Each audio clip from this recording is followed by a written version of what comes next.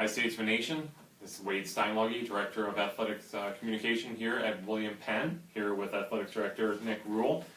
Special announcement coming today, and I'm going to just hand it right over to Nick and get right after it here. Yeah, we're really excited. A lot of planning going forth in the last 6 to 8 months, and we have decided that it's time for us to add some new sports on campus. And so we are thrilled to announce that we are making the proper steps and moving in the right direction to add men's and women's lacrosse and men's volleyball on campus for the 2019-2020 season. We're ready to go. It's pretty exciting stuff. Definitely.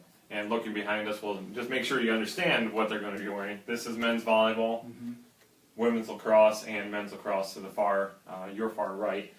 So yes, we'll talk in depth here, Nick, as we kind of tell everybody what these sports all entail and when they go and everything. But first question right out of the gate here is, first off, why add sports at all? Why are we adding sports here? Yeah, I mean, part of our strategic plan going forward as we look to the next 5 years and how to continue to position William Penn University in the best possible place when it talks about sustainability and the environment and higher education we have is to understand that we have some facilities in place, and our model with the student-athlete approach to how we recruit, we're in a nice situation that we're with those facilities, and these are three sports that were just really a no-brainer, especially lacrosse, with the stadium that we own and we have for the community, and the times of year that these sports are played in, and just the amount of student-athletes that our coaching staffs will be able to recruit to bring to campus to help benefit our student experience. And so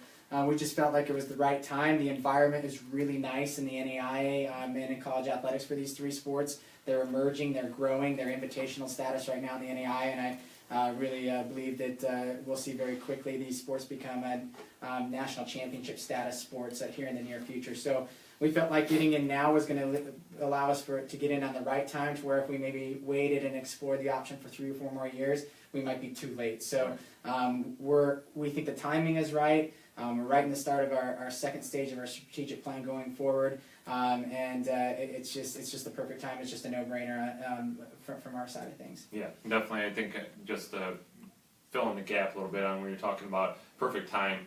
I guess in my estimation of that, it's because not a lot of teams have it, so recruiting-wise, it's not going to get flooded just yet. I mean, in a few years, there might be 75 volleyball teams or whatever, and then all of a sudden it's a lot more difficult to start up a program and actually reach the numbers that we're hoping to. So if we can develop it now, build it up to where we want to, then it's going to be easier to sustain it at that level. Yeah, you're exactly right, Wade. I mean, there's 32 teams in men's lacrosse in the NAIA and 37 teams coming into this year. And I want to make sure everyone knows we're going to do this the right way. We're not going to get a team out in 2018. Our goal is 2019-2020. That academic year is when these sports will be on campus. Now, if we have enough student athletes that come prior and we can play it as a club for a year, fine. But we're not going to be fully filling those teams and ready to go and compete until 2019-2021 to give the coach the proper time to come in here and build a team and give our team and our student athletes the best chance to be successful. So, you talk about 32 teams with men's lacrosse, 37 teams in women's lacrosse, and then 34 teams in men's volleyball, all really close to that NAIA status to 40, get to the 40 is their goal, the NAIA, to get to a national championship status. So we're really close, and I think the NAIA and the Heart of America Athletic Conference is going to be thrilled to know that we're doing this, because it keeps those numbers going a little bit higher. But also, women's lacrosse and men's lacrosse have 3 teams in the conference right now, so we would be the 4th. And then men's volleyball already has 6 teams in the conference and some very good teams, and so we would be the 7th. Definitely. Rewind a little bit to when this actually started as a proposition. Hey, maybe we want to add some sports, working into the Susty Road story and everything here on campus. But when did those discussions start, and how did you guys develop into thinking? I mean, obviously you kind of answered why lacrosse and why men's volleyball, but when were we? How far are we looking back here that this is not just a flash in the pan idea? Yeah. Well, one of our favorite people, Greg Hafner, our last athletic director, had these initial conversations about men's volleyball and kind of laid the foundation on that. Women's and men's lacrosse was just kind of an idea that developed at the same. Okay, look at the landscape of college athletics, and college athletics is the business. So I'm more of a business-minded guy. I like to sit down and take a look and try to approach things strategically and look to the future. We looked at a lot of different sports because enrollment's really important. So this is going to help us grow enrollment. Sure. We looked at, we had 5, 6, maybe even 7 at one point, and we just narrowed it down. There are a lot of people part of the process. Sawyer Woodworth, a GA in the athletic department, C, who's here today, she was helping with this. Bailey Rhymes, our student assistant to the athletic department. Abby Reynolds was on that committee to help gather this information, and it was just very clear that this is just a good fit for us. I mean, there were other sports that we were looking at that just are not a fit at this moment. And so what we were doing is we took a step back and said, okay, how do we want to grow enrollment? How do we want to do it in a very strategic fashion that's responsible?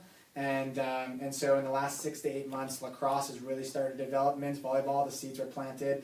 They kind of all three lumped together, and that's why we're announcing them all three at once, is because it just started to make sense. We talked to the board of trustees about it. We talked to cabinet about it, and everyone seemed to be really on board with our plan. It was a plan that a lot of pieces went into place, and you talk about enrollment goals and things like that, and what we want to do and where we want to play. And so every little every I was dotted and T was crossed before we made this announcement. We've been moving this direction for about 6 to 8 months. Yeah, and when you talk about again, the that's a word. That's hard. Sustainability. Yeah. Of the rosters, etc. Sure. Let's talk about kind of what the rosters normally look like. I mean, this isn't a situation where here it's a smaller sport like golf where you only need 5, and a lot of teams only have 7, 8, maybe 9 individuals. But volleyball, for our women's team, they have about 30, 35 individuals. Guys might not be expected to early on to have that, but lacrosse, another situation of you're looking at 12 people on the field at once, so it's a lot like a soccer. You have to have a big team. You can't just say, here, we're going to have 15, and then how do you run a practice? So obviously, having a bigger team, it works into that, enrollment-driven. And most schools our size and most schools in our conference are enrollment-driven universities. We have a varsity and then varsity reserve teams. By 2019, 2020, we will be wanting all these programs to have a varsity team. It'll be very important for us to have that, and then that next year start filling out that varsity reserve roster as well. So by the time we're in 2022 and 2023, we're having really full varsity, which that'll happen immediately, and then fledged out full varsity reserve programs like we see in the rest of our sports. Exactly. And so that's the direction we're going, and we feel like that we're doing it in a responsible way by giving a coach a year to recruit. You look at it. We also looked at average roster sizes and then how many some teams have in the NAI and others, and basically it ranged from lacrosse from 15 to 45 players, and men's volleyball it ranged from 12 to 36 players, and so we'll look to go into that top end so we can fill full JV squads and full varsity reserve squads and full varsity reserve schedules, because that's really important for the development of our student athletes and the student experience. So they're two really exciting sports, and I think that was the other part of it as well.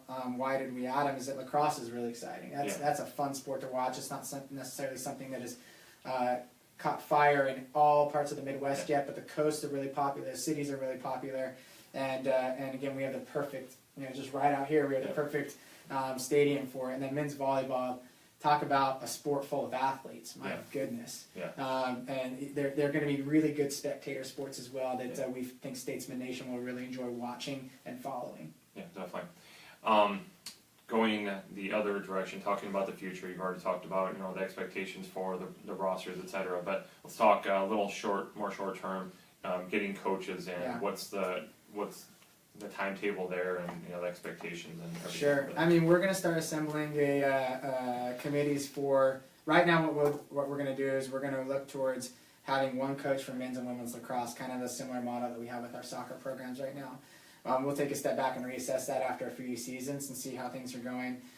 With men's volleyball, of course, a coach, and so one coach, and then we'll build those staffs with graduate assistants at the start. But we will start assembling hiring committees for the 2 jobs almost immediately. In fact, after we're done here, I'll start looking at who we want on those hiring committees. I mean, as soon as we leave here, it's going to start. Right? It's right. Yeah, it's right next. And then we'll start advertising those jobs immediately as well. And it would be really nice to have coaches for both programs here full time by April or May. Definitely. And so it's going to happen quick. You know, one thing that we got to work on our side of things is finding some office space for them. But those are little minor things that are not going to stop us from making this big step forward for the university. So, yeah, it's we're going to find the right people to lead these programs. Talk about those right type of people. I mean, what are you looking for? I mean, again, it's not going to be like, hey, there's a lacrosse coach just down the street. No. Don't have it in Oskaloosa. Men's volleyball, you know, a lot of times women's volleyball coach could also be the men's volleyball coach, which I'm sure Coach Cleaver will step in and help out that program, and that seems to be the case that both programs help each other out. Sure, yeah. But obviously, it's you know, that one's a little bit easier to find somebody there. But lacrosse, you know, I guess what are you looking for? Where are you looking for? Yeah, I was always taught to hire tough, and so you can get the right person. And so we're going to take this very seriously, as we have with all of our hirings. We feel like the hirings that we've made here in the last 4 or 5 months. You talk about Coach Cleaver, Coach Scott. You talk about Abu Ibrahim in our sports medicine department. Have been really good hires. We feel like that have fit in really well, and the reason why they fit in well is, one, they have a lot of high energy. They're willing to go out and do anything for William Penn University. They understand a big picture, and they're willing to they're willing to understand what our team's all about, our athletic department team and our university team, and they're willing to be a really good team member. And so those are really 3 characteristics that we're looking for. And then, you know, that high energy with that positive energy, and we want someone that doesn't just talk about it but believes it and lives it, and is willing to do everything they possibly can to enhance our student experience and grow our student experience for our student athletes. And someone that understands that in the end, the number one job is to get our student athletes a degree. We want them to be we want them to be equipped with success to go on and be the best citizens they can possibly be. And so someone that has that understanding and that it's not just about the sport, it's about a lot more than that. It's about character development and building young people into being productive members of society. And so those are the things we'll look for in our hiring process. And we're gonna get the right person. We're not gonna jump at the start. If we don't feel like the first round is the right person, we're going to look for that right person. And we've been very fortunate with the facilities that we have and the things that we got going on here, that we've, in these hirings in the last 4 or 5 months, we've had the right person that first round. And you know, and our men's volleyball coach, that's going to be someone that, I don't know that the 2 programs will have association at the start. I mean, I think we want Coach Cleaver to really take care of women's volleyball and growing that thing, and she's done a really nice job with recruiting this far. And we'll see how that whole thing works out. But there are different seasons, and the other thing about these sports is they're in some different times of the year too. So we're excited about the type of people that we can bring in right now, because we've had some experience in the last few years with hiring some really good people, and we've got a lot of good things going on here. Right. This is something that I guess just popped in my head about these sports, especially having seen some of the men's volleyball teams around the region here.